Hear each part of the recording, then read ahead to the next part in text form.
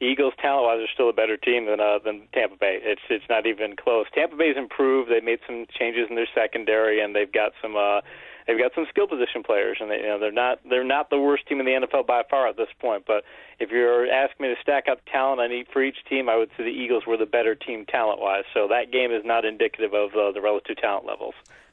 That being said, what was the difference in that game yesterday then? Obviously the blowout there, you could suggest at the end, well, maybe, the score is not indicative, Philadelphia at the end, the interception. But what when you watch that game yesterday, what separates those two teams? And effort levels and rush defense more than anything else. You find that rush defense is all about effort, and the thing that gets me is that you take a look at remember the 58-yard run that Doug Martin has in the first quarter. Mm-hmm. A little flip 90 play. It's I think a 3rd and 1 or 4th and 1, and it's a common play. You fake the dive to the halfback, you flip it out to the left side, and then and then the player tries to just get a yard on a play like that.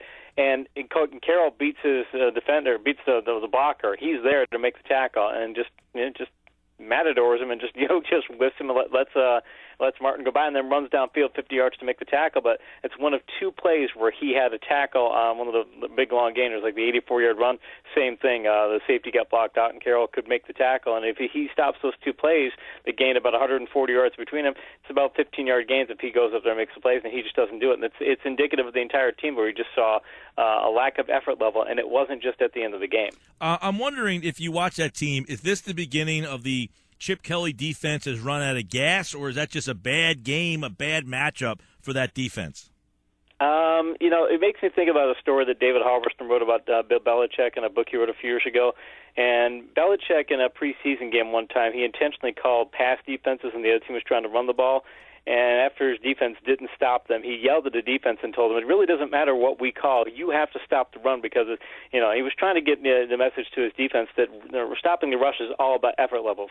It's all about beating a guy in front of you. It's all about winning beating your blocker. Even if we don't play call it that way, you should still have a hat in a hat, and you can go beat your guy. And when I'm looking at the Eagles, that rush defense effort that they had was by far the worst rush defense effort I've seen all year. I'll give you a number. The Buccaneers gained 198 yards before contact, according to ESPN stats information. It's the highest number of yards gained before contact for any team all season long. 198 before you even touched the running back. Unbelievable. Yesterday the offense of Philadelphia, Sanchez 3 picks, and a lot of people debated whether Sanchez is a better fit, whether he's should be the guy moving forward. And, I've always said I don't think it matters. I don't think Bradford and Sanchez are it's basically you're asking two guys who are mediocre. Yeah, 1 week Sanchez is going to throw 3, the next week he might throw 3 touchdowns. Same with Bradford. I think they are who they are. But is this offense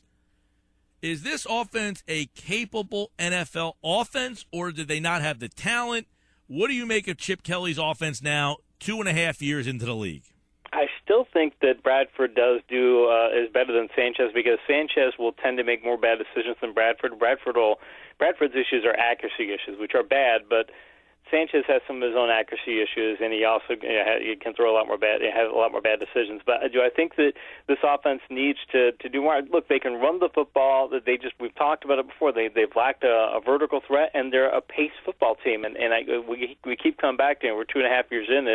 It's the same thing I've been saying about Chip Kelly since day one. If you can't run the offense that you want to run, you can't do that pace football offense. If you can't do that, do you have a plan B? And they really don't have a plan B. They can't get into. I don't think they can get into the kind of shootout games that other teams can get into and win. I think that unless they're playing with the lead, I think this offense has some problems. Well, this is an offense. The first 2 years in the league's top 5 offense in the league. So did they just not have the right personnel?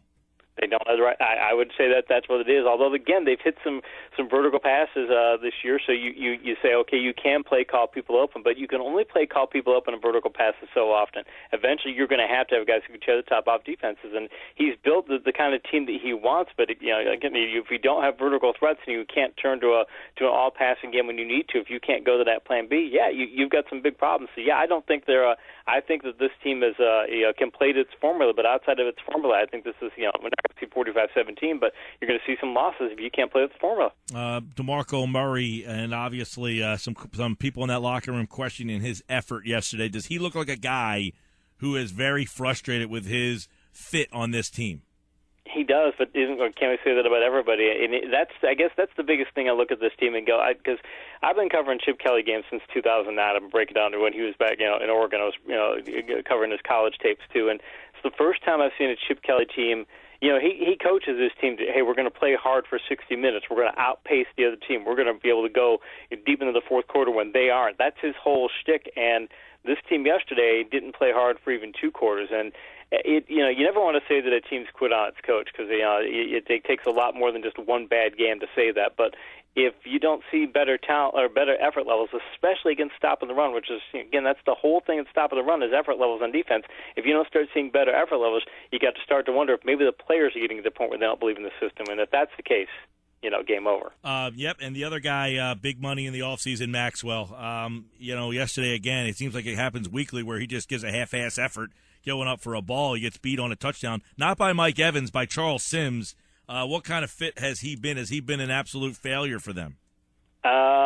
They haven't given up as many of the plays we talked about before, where Eagles last year were giving up plays where they just blew coverages entirely. But now you're getting beat personnel-wise. And Maxwell, he did certain things with Seattle, but Seattle has the type of defense that allows him to do things. They're very physical defense, so he could take some chances and do some things knowing I've got 2 of the best safeties in the league over top of me, and if I make a mistake, they're going to cover up. Well, he's got good safety play, but he doesn't have the same type of safety play here. And when you add that to, again, Carroll's efforts, if I'm the Eagles, I'm benching Carroll. Right now, I'm just if you're going to stop the run that poorly, you got to send a message to your team somewhere to say this has got to stop. But if you bench Carroll, who do you have? I mean, it's that's the thing. You don't have backup. So the Eagles still have, even 3 years in, we're still talking about big cornerback issues, and that's been a problem since day one. Yeah, and obviously they've been better in the secondary than they were last year. Those X plays, they don't seem to get burned down the field a lot as much. But now you're seeing teams start to run the ball, and it's been the last couple of weeks they've been getting beat by the run a little bit more and more and more each week. 6 games. Here we are down the stretch we come, Thanksgiving Day. Can Chip Kelly turn this thing around? Oh, that's a tough call, because I think it all depends on if the players, when you see a game like yesterday, like I said before, it makes me think that the players might not believe in the system. And if the players don't believe in your system, it doesn't matter how good the players are, it doesn't matter how good a coach you are. If they don't believe in what you're selling as a coach, you're never going to get things done. And yesterday, when you see that kind of talent level on things, you got to wonder. Chip Kelly's got this fantastic system, but is he a guy who can push the motivational buttons of NFL players? And this is a short week, and Detroit looked really good yesterday compared to what they have been earlier this year. They're looking a lot better. And if Philadelphia doesn't get things turned around, do I think they're going to turn things around this week? I would be surprised if it beat Detroit this week.